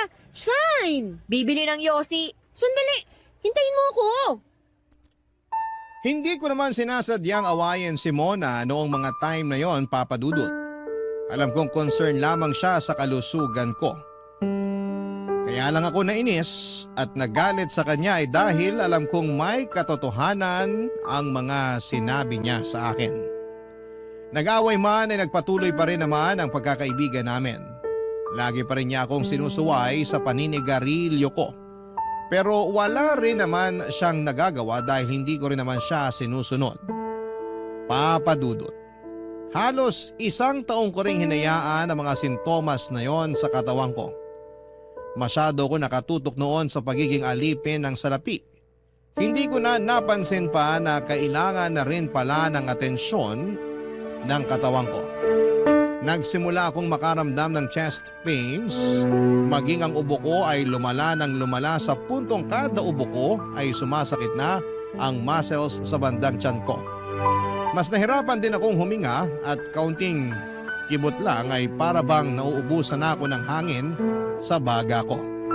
Nagkaroon din ako ng kulay brown na plema na mas lalo kong kinabahala. Dahil sa hindi may paliwanag na nangyari sa akin, ay nagpa-check up na ako sa doktor. Kinunan ako ng x-ray at ilang lab test. Wala silang nakita sa resulta ng x-ray ko, pero noong sumailalim ako sa CT scan ay doon namin napag-alamang meron silang nakitang maliit na tumor sa lungs ko. Doon na kinumpirma ng doktor na meron akong stage 1 lung cancer. Papa Dudut. Barangay Love Stories. Barangay Love Stories. Ilang araw kong sinolo ang balitang natanggap ko, Papa Dudut. Hindi ako makapaniwala noon na sa edad na 31 ay meron akong cancer. Masyado pa akong bata at marami pa akong bagay na gustong gawin at abutin. Para bang ang malawak na future na matagal ko nang pinaplano ay biglang naputol. Hindi ko alam kung paano ko noon sasabihin ang masamang balita sa pamilya at kaibigan ko. Nahihiya akong tanggapin ang katotohanan dahil alam kong kasalanan ko rin naman ang mga nangyari. Ginawa kong kakampi sa buhay ang sigarilyo kahit na alam kong traidor ito. Usually kahit kapag ganoong meron akong pinagdadaanan, Yossi po ang unang bagay na hinahanap ko. Pero sa pagkakataong yun ay hindi ko magawang tignan ang natitirang kahan ng Yossi sa kwarto ko. Sa sobrang galit ko ay sinunog ko yon sa likod ng bahay at nangako ako sa sarili kong hindi na ako hahawak pa ng tabako. Totoo nga ang sinasabi nila na palaging nasa huli ang pagsisisi, Papa Dudut. Dahil sa nangyari ay napalayo ako sa mga taong nakapaligid sa akin. Agad napansin ni Mona ang pagiging mailap ko pero noong mga time na yon ay hindi ko pa kayang sabihin sa publiko ang dahilan kung bakit ako nagmumukmok. Binigyan ko na lamang ng ilang araw ang sarili ko para tanggapin ang katotohanan at saka ako nagplano kung ano ang mga sunod kong hakbang na kailangan kong gawin. Noong nag-sink in na sa isipan ko na may cancer ako ay saka lang ako naglakas loob na magkwento kay Mona, Papa Dudut.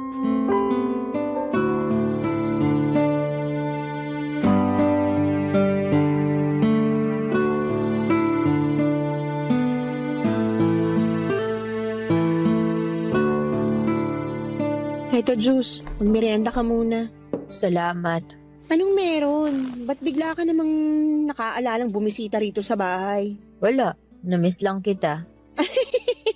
Asus, uutang ka no? Hindi ako uutang. Gusto lang talaga kitang makita.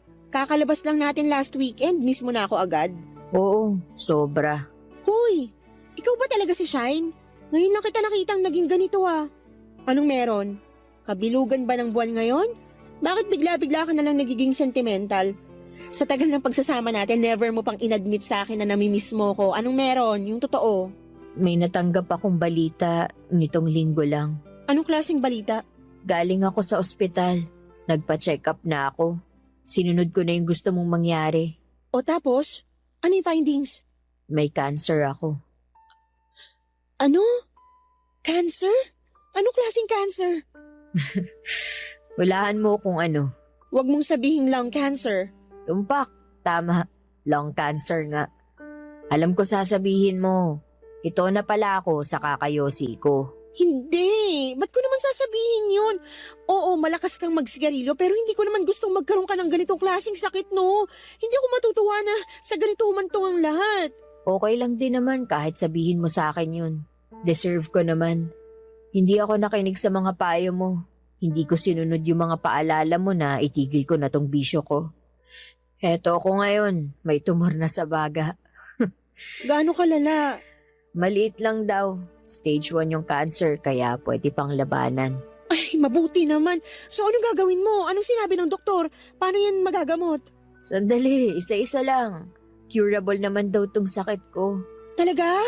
Oo, ang sabi ng doktor ko, pwede ako magpakimo para lumiit yung tumor. Pero mas maganda raw na operahan na lang agad para mawala na totally yung bukol. So, magpapa-opera ka? Kung gusto ko pang mabuhay, oo, magpapa-opera ako. May schedule na ba? Kailan ka magpapa-opera? Wala pang date eh. May ilang tests pang chinecheck yung doktor ko. Pero sabi niya, as soon as possible daw. Dapat. Operahan na yan agad. Baka kumalat pa. Ay, mabuti na lang. Nakita nyo to ng mas maaga. Sabi ko kasi sa'yo noon magpa-check up ka na. Hindi na kasi normal yung ubo nun. Sana nga, hindi na lang ako nagpa-check eh. Para tuloy biglang nataningan yung buhay ko.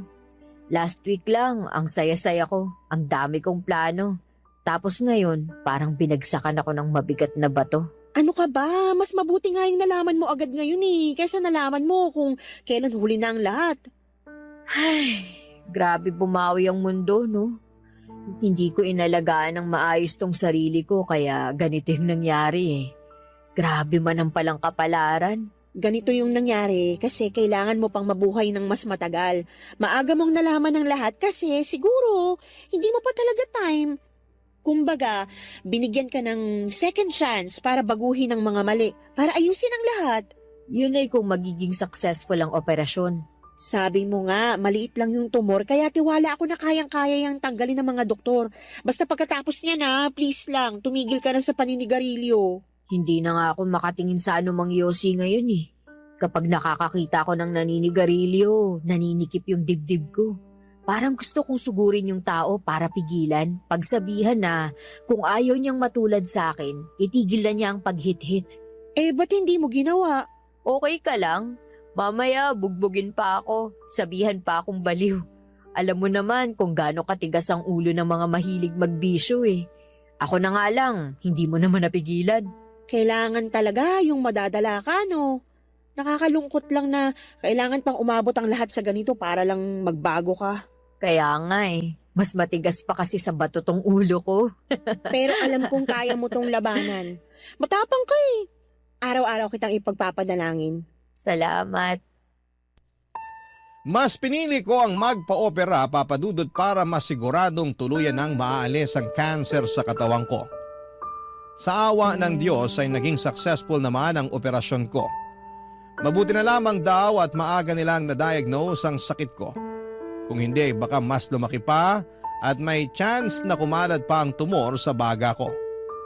Pagkatapos ng surgery ay ilang buwan din akong nagpagaling, Papa Dudut. Si Mona ang naging katuwang ko sa pagpapagaling at hindi niya ako pinabayaan sa healing journey ko. Nung makabalik ako sa dati ay doon ko lang sinimulan ang magbagong lifestyle, Papa Dudut. Nagsilbing eye-opener para sa akin ang mga nangyari. Para bang tinapik ako ng Panginoon at sinabihang kailangan ko nang baguhin ang pamumuhay ko, kaya iyon ang ginawa ko. Naging mapili ako sa pagkain, umiwas na ako sa mga matatamis, mamantika, matataba at mga processed na pagkain. Tubig at fresh juice na lamang din ang iniinom ko. Paminsan-minsan ay nagkakape ako pero sinusubukan ko na rin itong iwasan. Prutas at gulay ang mga pangunahing pagkain na pinagtutuunan ko ng pansin. Inalis ko na rin lahat ng bisyo sa sistema ko. Pati ang pagpupuyat ay hindi ko na rin ginawa pa. Sobrang natakot ako noon para sa buhay ko kaya lahat ng bagay na hindi ko noon binibigyang pansin ay pinahalagahan ko na noon. Mahirap i-take for granted ang buhay. Ang nakakalungkot ay saka mo na lang ito mapagtatanto kapag nasa bingit ka na ng kamatayan. Kaya naman sa panibagong buhay na ipinagkaloob sa akin ay pinahalagahan ko na ang pagkakataong yon, Papa Dudut.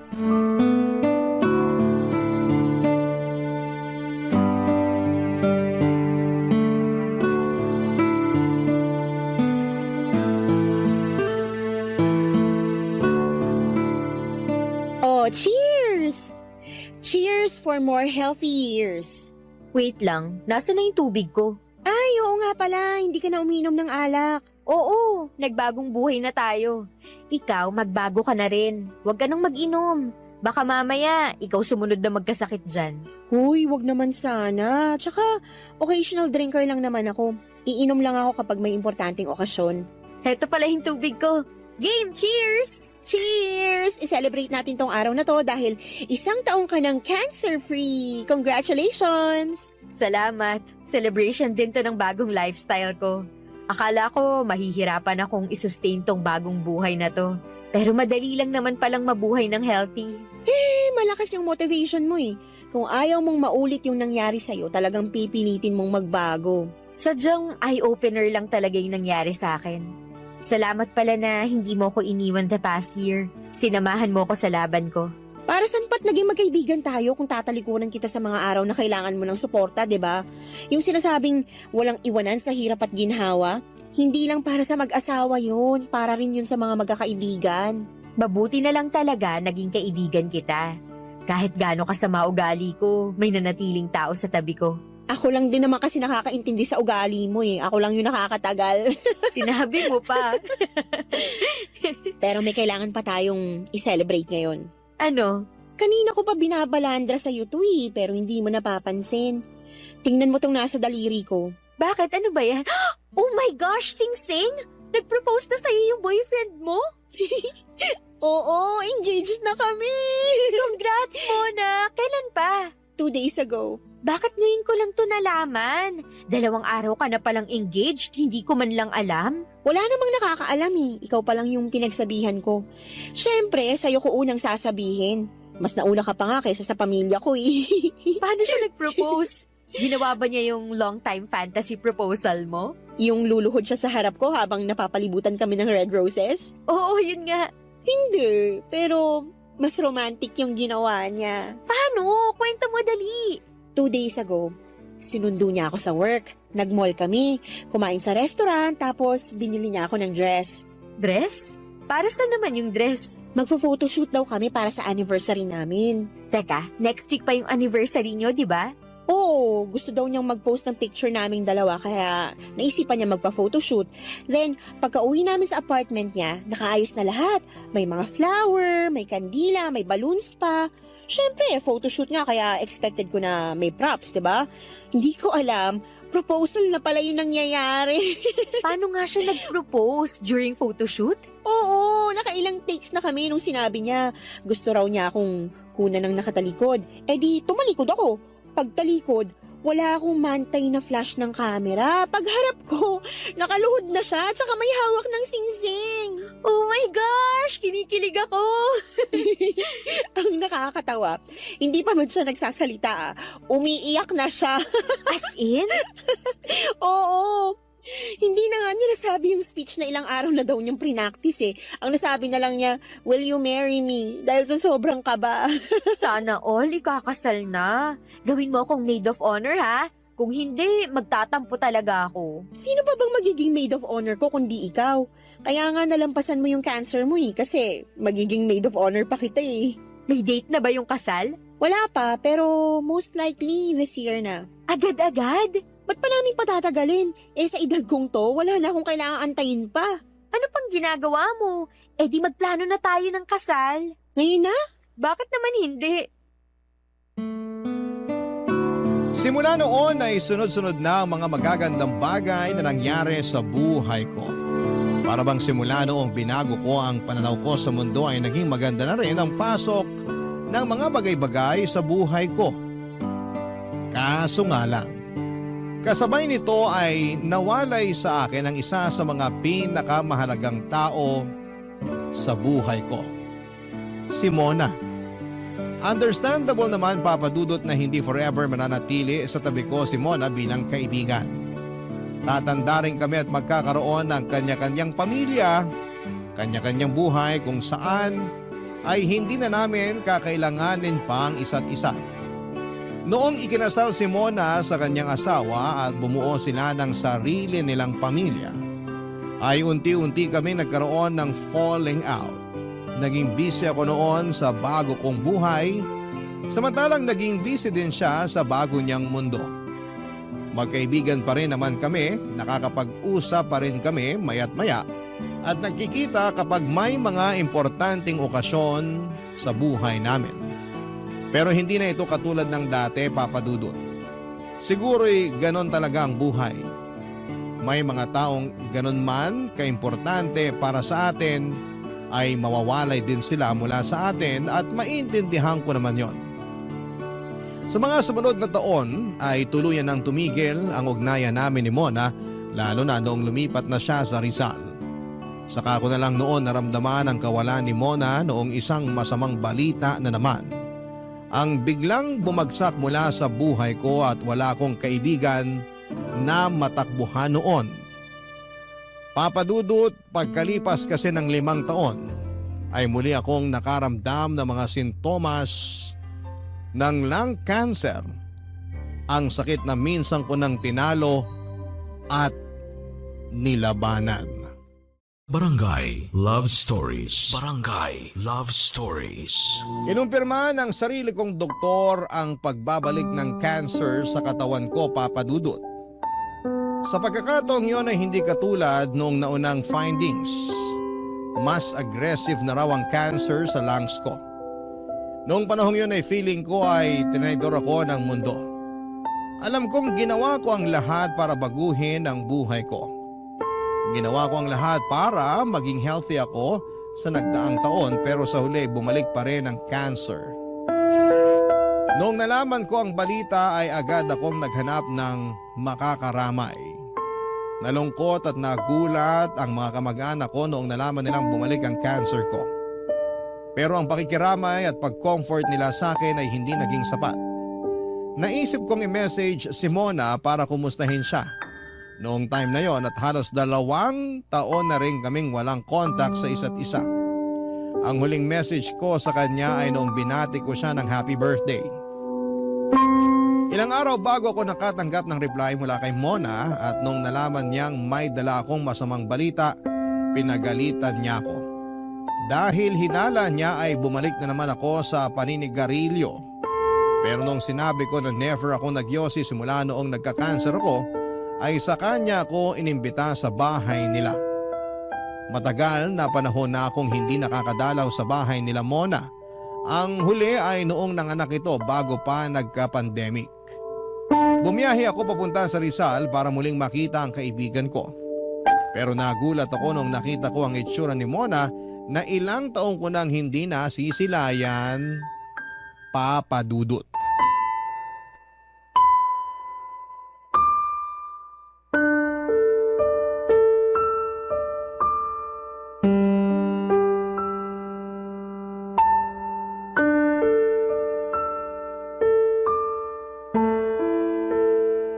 Mona, anong nangyari sa'yo?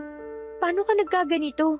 Nagpaikot yung ruleta ng kamalasan, sa akin tumama. Alam mo kung anong napanalunan ko? Cancer. Cervical cancer. Kailan pa to? 8 months ago. Ha? Ganun na katagal? Bakit hindi ka man lang nagsabi sa akin? Ang tagal na natin hindi nakakapag-usap. Paano ko sasabihin sa'yo? Ang ganda na ng buhay mo eh. Alam nga namang bigla-bigla na lang akong tatawag sa'yo. Hi Shine, kumusta ka na? Heto ako, may cancer na.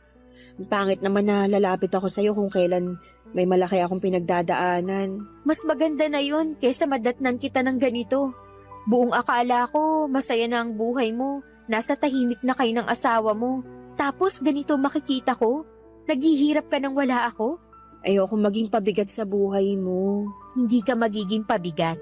Magkaibigan nga tayo, di ba? Magkasama sa hirap at ginhawa. Marami nang nagbago. Tumanda na tayo. Nagkaroon na tayo ng kanya-kanyang buhay. Hindi na tayo tulad ng dati.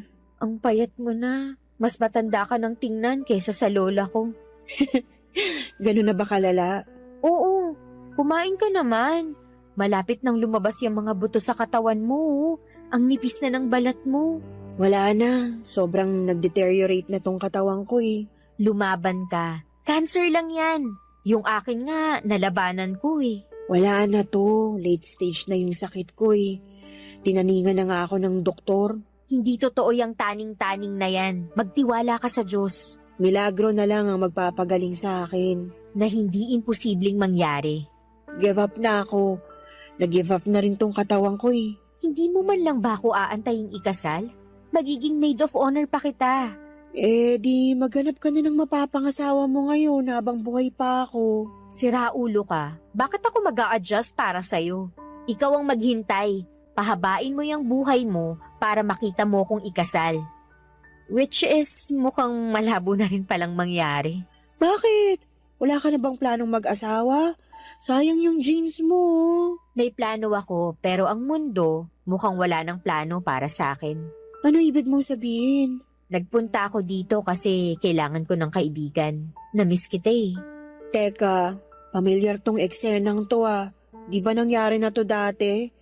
Yung bigla mo akong kinita kasi namimiss mo ko? Oo, nung nalaman kong may cancer ako. First time kong binanggit sa'yo na miss na kita. So bakit sinasabi mo ulit sa akin to? Bakit bigla-biglang na-miss mo na naman ako kahit hindi ka naman nagsasabi ng ganyan? Kasi nagbalik yung cancer mo na. Kaya ako nagpunta rito kasi kailangan ko ng kaibigang masasabihan. Anong nakakatawa? May cancer ka rin? Nabunot ka rin ng ruleta ng kamalasan? So pareho pala tayong minalas. Mukhang magkaibigan nga talaga tayo. Kung anong meron ka, dapat meron din ako. Gaya-gaya ka talaga eh. Hoy, ako yung nauna kaysa sayo, no? Nung sinabi kong walang iwanan sa hirap at ginhawa, hindi ko naman sinabing sundan mo ako agad kapag namatay ako. Gaga ka, lalabanan ko tong sakit ko, kaya dapat ikaw, lumaban ka rin. Ang saklap ng sinapit natin, no? Never kong na-imagine na sa ganitong paraan din pala matatapos ang lahat. Matagal pa ang katapusan natin. Masamang damo tayo pareho, di ba? Dinamay mo pa ako. Ikaw lang yung masamang damo, no? Eh di ako na. Dapat maging masamang damo ka na rin para matagal ka pang mamamatay. Kahit kailan talaga, wala ka pa rin pinagbago. Oo nga eh. Heto, may cancer pa rin. Parehas lang naman pala tayo. Dapat pala, kinumusta kita tapos kapag binalita mo sa aking may cancer ka ulit, ang isasagot ko, same. Lokaret, my gosh. Bakit natin ginagawang joke tong sakit na to? Kesa naman iyakan, tawanan na lang natin. Ganun na nga ang nangyari, tinawanan na lang namin ni Mona ang naging takbo ng buhay namin. Sa dami ng problemang pinagdaanan naming dalawa ay cancer pa talaga ang makakadali sa amin. Noong araw na yon ay imbes na maging malungkot dahil sa mga sakit namin ay nagbalik tanaw na lamang kami sa mga hindi malilimutang alaala naming dalawa bilang magkaibigan sa mga nagdaang taon. Papadudot, hindi siguro kayo maniniwala kung sasabihin ko sa inyong magkaaway kami dati ni Mona. High school lang kami noon at nasa magkaibang section. Nasa star section si Mona samantalang ako ay nasa pangalawa. Pangarap ko noong mapunta sa star section kaya ginawa ko ang lahat para tumaas ang grado ko. Sinasalihan ko ang lahat ng extracurricular activities sa eskwelahan at karaniwan si Mona ang mga nakakalaban ko. Pero dahil mas matalino siya kesa sa akin, ako ang laging talunan. Naging insecure ako sa kanya pero hindi ko alam na insecure din pala siya sa akin. Dahil mas magaling ako sa ibang activities katulad ng sports at pagsayaw. Minsan na rin kaming naglaban sa pageant at tinalo ko siya. Simula noon ay nagkaroon na kami ng kompetisyon mula sa isa't isa. Nagkahiwalay ang landas namin after high school hanggang sa muli kaming magkita makalipas ang halos 10 taon. Naging magkatrabaho kami sa isang hardware company kung saan nagkaroon kami ng power tripper na boss. Kung noong high school ay magkaaway kami sa trabaho ay naging magkakampi kami ni Mona laban sa boss naming sinto-sinto. Doon na nga po nagsimula ang pagkakaibigan namin at simula noon ay naging katuwang namin ang bawat isa sa mga pagsubok na dumating sa buhay namin at ang pinakamalala na sigurong pagsubok para sa amin ay ang pagkakaroon ng cancer, papadudot.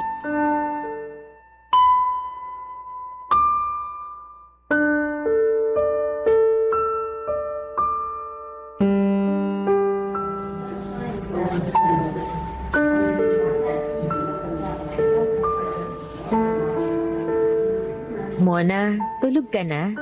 Hindi pa. Pinapahinga ko lang tong mata ko.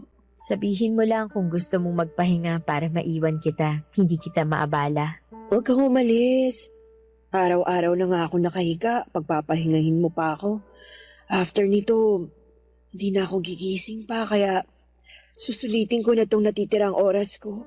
Gabi na rin kasi, dapat masunod natin yung oras ng pahinga mo. Pagbigyan mo na ako. Gusto ko magpuyat katulad ng dati nating ginagawa. Yung nagchichismisan tayo hanggang madaling araw? Oo. Gusto kong balikan yung mga araw na yun. Gusto ko na puro happy memories ang nasa utak ko bago ako mamatay. Ano bang gusto mong pagkwentuhan natin? Yung love life mo. Wala ka na ba talagang planong mag-asawa? Te, busy pa ako sa sakit ko. Wala akong time para sa love life na yan. Nakafocus ako ngayon sa baga ko, hindi sa puso. Sayang naman kung di ka makakapag-asawa. Mas sayang kung mamamatay na ako ngayon. Ano yun? Sasabayan kita? Oo, pero sabay nating tsikahin si San Pedro. Sira, parang ewan to. Tanda mo pa nung bata pa tayo, lagi tayo magkaribal sa school. Oo, ikaw laging nakakatapat ko sa lahat ng bagay. Ikaw yung laging nauuna. Ikaw yung laging nananalo. Lagi na lang. Feeling ko nga, dinadaya mo ako nun eh. Mas magaling lang talaga ako kaysa sa'yo. Na totoo naman. Tanggap ko naman na yun. Pati nga sa buhay, ikaw rin mauuna eh. Ayaw mo talagang magpatalo, no? Ako unang nagkasakit, pero ikaw unang mawawala. Ano kaya yun? Ganun talaga. At least, kapag nawala na ako, wala ka nang magiging karibal sa buhay. Hindi naman nakaribal ang turing ko sa'yo ngayon eh. Simula nung naging magkaibigan tayo, kapatid na ang naging turing ko sa'yo. Yung mga eksena natin nung bata tayo, yun yung nagbigay ng spice sa pagkakaibigan natin. Malaking pinapasalamat ko sa Diyos kasi nauwi yung tunggalian natin sa pagkakaibigan. Isa ka sa mga tao sa buhay ko na hindi ko makakalimutan. Ako rin naman, malaki ang naging parte mo sa buhay ko na kung hindi ka dumating, paniguradong hindi ako magiging buo. Akala ko nga noon haabot tayo ng senior tapos ang gagawin na lang natin sa buhay magchismisan kapag pareho na tayong kulubot at namumuti ng buhok. Ang saklap ng buhay natin, no? Ang daya. Parang hindi man lang tayo aabot ng 50. Ito yung nakatadhana para sa atin eh. Tatanggapin na lang ba natin tong kapalaran nating to? Ako tanggap ko na. Matagal ko nang tinanggap na anumang oras mamamaalam na ako sa mundong to. Ikaw, malakas ka pa. Kaya mo pang lumaban. Sa ngayon, kaya ko pa kasi malakas pa ako. Pero paano sa mga susunod na araw, na buwan? Di ko nga alam kung aabot pa ba ako sa susunod na taon eh. Masamang damo ka, diba? Masamang damo na nalalanta na.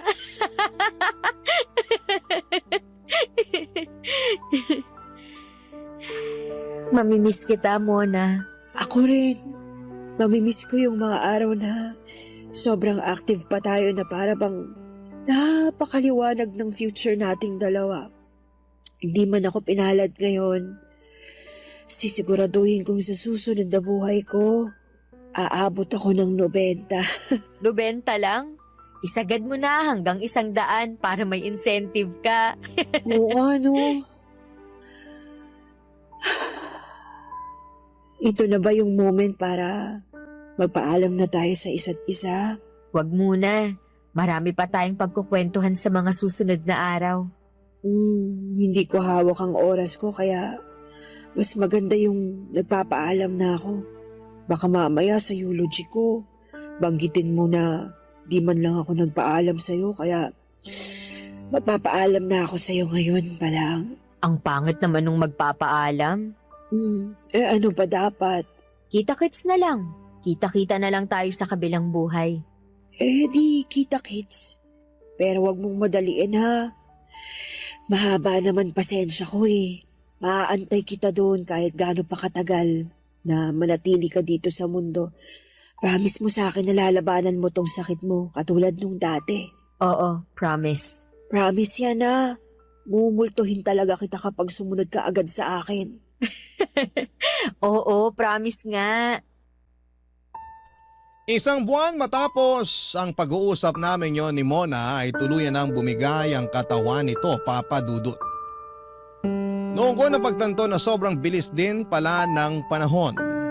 Tandang-tanda ko pa noong una kong nakita si Mona, 12 years old lamang ako noon. Malit siyang babae, maikli rin ang buhok, tahimik pero palaban. Hindi ko inaasahan na ang matalino, mabait at masiyahing si Mona ay hindi man lang aabot sa 50. Hindi ko nga rin alam kung maging ako ay aabot din sa ganong edad. Pero sa kabutihang palad ay gumana naman ang mga treatment ko sa tulong ng chemo ay nalampasan ko ang taning na ibinigay sa akin ng mga doktor. Pero sa kabila ng magandang balita ay ramdam ko na noon ang panghihina ng katawan ko. Hindi na ako katulad ng dati at hindi ko na nagagawa ang mga bagay na araw-araw kong ginagawa noon. Papadudod kung ako ang tatanungin ay hindi na ako natatakot mamatay. Ilang taong ko na rin pinaghandaan ang pagdating ng araw na yon, kaya kung sakali mang dumating ang araw kung kailan kailangan ko nang ibigay ang huli kong hininga ay ibibigay ko ito ng kusa. Hindi ako natatakot mamatay dahil alam kong may best friend akong naghihintay sa akin sa kabilang buhay. Tanggap ko man ang paparating na kamatayan, hindi pa rin naman ako nawala ng pag-asa. Nagpatuloy ako sa paglaban sa sakit ko dahil alam kong ito ang gustong mangyari ng mga taong nagmamahal sa akin. Ang lumaban ako. Kaya hanggat tumitibok pa ang puso ko ay hindi ako titigil sa pagpapatuloy ng buhay. Hindi ko alam kung hanggang kailan ang itatagal ng buhay na pinahiram sa akin. Pero hanggat nabubuhay ako ay gagamitin ko ang nalalabing oras ko sa mundong ito para makatulong, magbigay ng inspirasyon at magbahagi ng kabutihan sa kapwa ko. Maraming salamat po Papa Dudut and more power sa inyong programa. Ang inyong forever, kapuso at kabarangay, araw-araw, Shine.